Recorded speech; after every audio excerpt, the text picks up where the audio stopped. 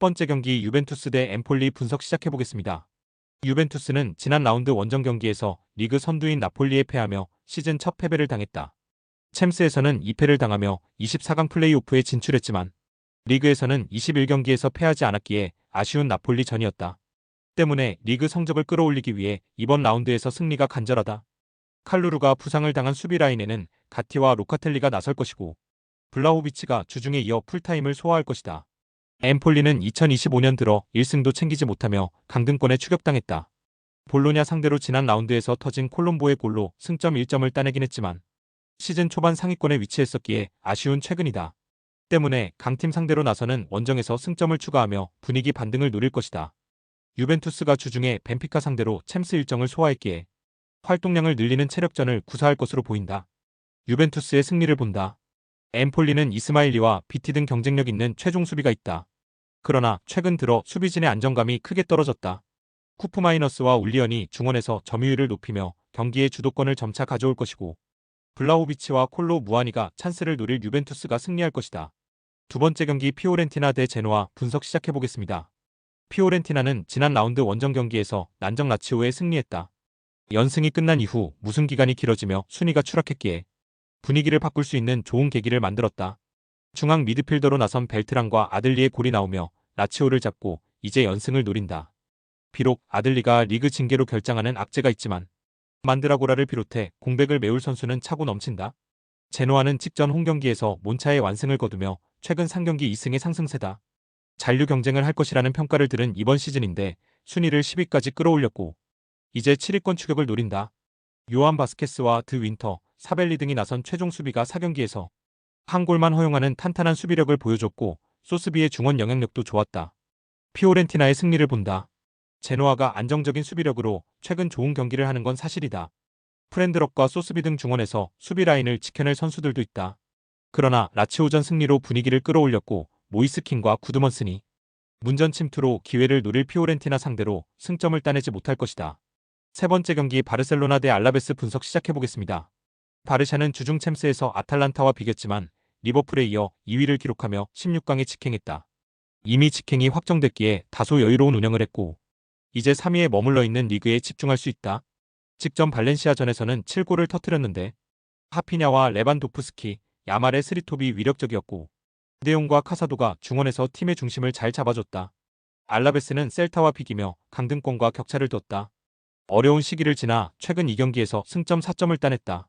아카르와 마누 산체스 등 시즌 내내 팀의 중심을 잡아주는 수비 라인이 흔들리지 않았고 키케가 최전방 공격수로 충분히 기회를 골로 연결 중이다. 이 경기는 원정에서 바르샤를 만나기에 수비 위주로 역습을 노릴 것이다. 바르샤의 승리를 본다. 알라베스는 키케와 비센테 등 최전방에 나올 공격수들부터 상대 수비를 압박하는 수비적 운영을 할 것이다. 그러나 물오른 바르샤의 화력을 막아내긴 어렵다. 하피냐와 야말, 가비 등 이성 공격수들이 측면과 최전방을 오가며 상대 수비를 몰아칠 것이고 레반도프스키가 마무리할 바르샤가 무난히 승점 3점을 더할 것이다. 네 번째 경기 브렌트포드 대 토트넘 분석 시작해보겠습니다. 브렌트포드는 팰리스 원정에서 기분 좋은 승리를 따내며 중위권 순위를 유지했다. 리그 정상급 투톱인 요한의 위사와 은베오모를 보유했지만 워낙 공격적인 축구의 명과 암이 동시에 보여지며 상위권으로 올라서지 못했는데 최근 4경기에서 경기당 2골 이상을 뽑아냈다. 네르고르와 담스고르 등 덴마크 중앙 미드필더진의 경기력이 좋았던 것도 인상적이었는데 수비가 조금만 안정을 찾으면 더 높은 순위를 기대할 수 있다. 토트넘은 주중 경기에서 엘프스보리를 잡고 유로파 16강으로 직행했다. 손흥민을 45분만 기용하는 등 로테이션을 가동한 경기였는데 어린 선수들의 후반 활약이 좋았다. 그러나 판더 벤의 복귀에도 메디슨도 부상으로 빠지며 너무 전력 누수가 크다. 이 경기는 타이트한 일정으로 수비 위주로 나서며 연패를 끊어내는데 집중해야 한다. 접전을 본다. 토트넘은 판더 벤이 돌아오며 이 경기에서 드라구신과 최종 수비로 나설 수 있다. 벤 데이비스와 포로 등 수비 라인은 어느 정도 전력이 돌아왔기에 브렌트포드 상대로도 쉽게 무너지지 않을 것이다. 파페사르와 베리발 등 최근 분위기가 좋은 중앙 미드필더진이 수비 라인을 경기 내내 지켜낼 토트넘이 연패를 끊어내며 승점 1점을 챙길 것이다. 다섯 번째 경기 맨유 대 크리스탈 팰리스 분석 시작해보겠습니다. 맨유는 풀럼 원정을 승리하고 순위를 끌어올렸다. 원정에서 어려운 경기를 했는데 중앙 수비수인 리산드로 마르티네즈의 골이 나오며 귀중한 승점 3점을 챙겼다. 아모림이 라커룸에서 TV를 부셨다는 보도가 나온 이후로 나름 분위기를 끌어올렸다. 리그 상경기에서 2승을 따냈고 유로파에서는 최종전을 승리하며 16강에 직행했다. 주중 유로파 원정에서는 교체로 들어온 코비 마이누가 2개의 공격 포인트를 주중해 기록하며 팀을 승리로 이끌었다.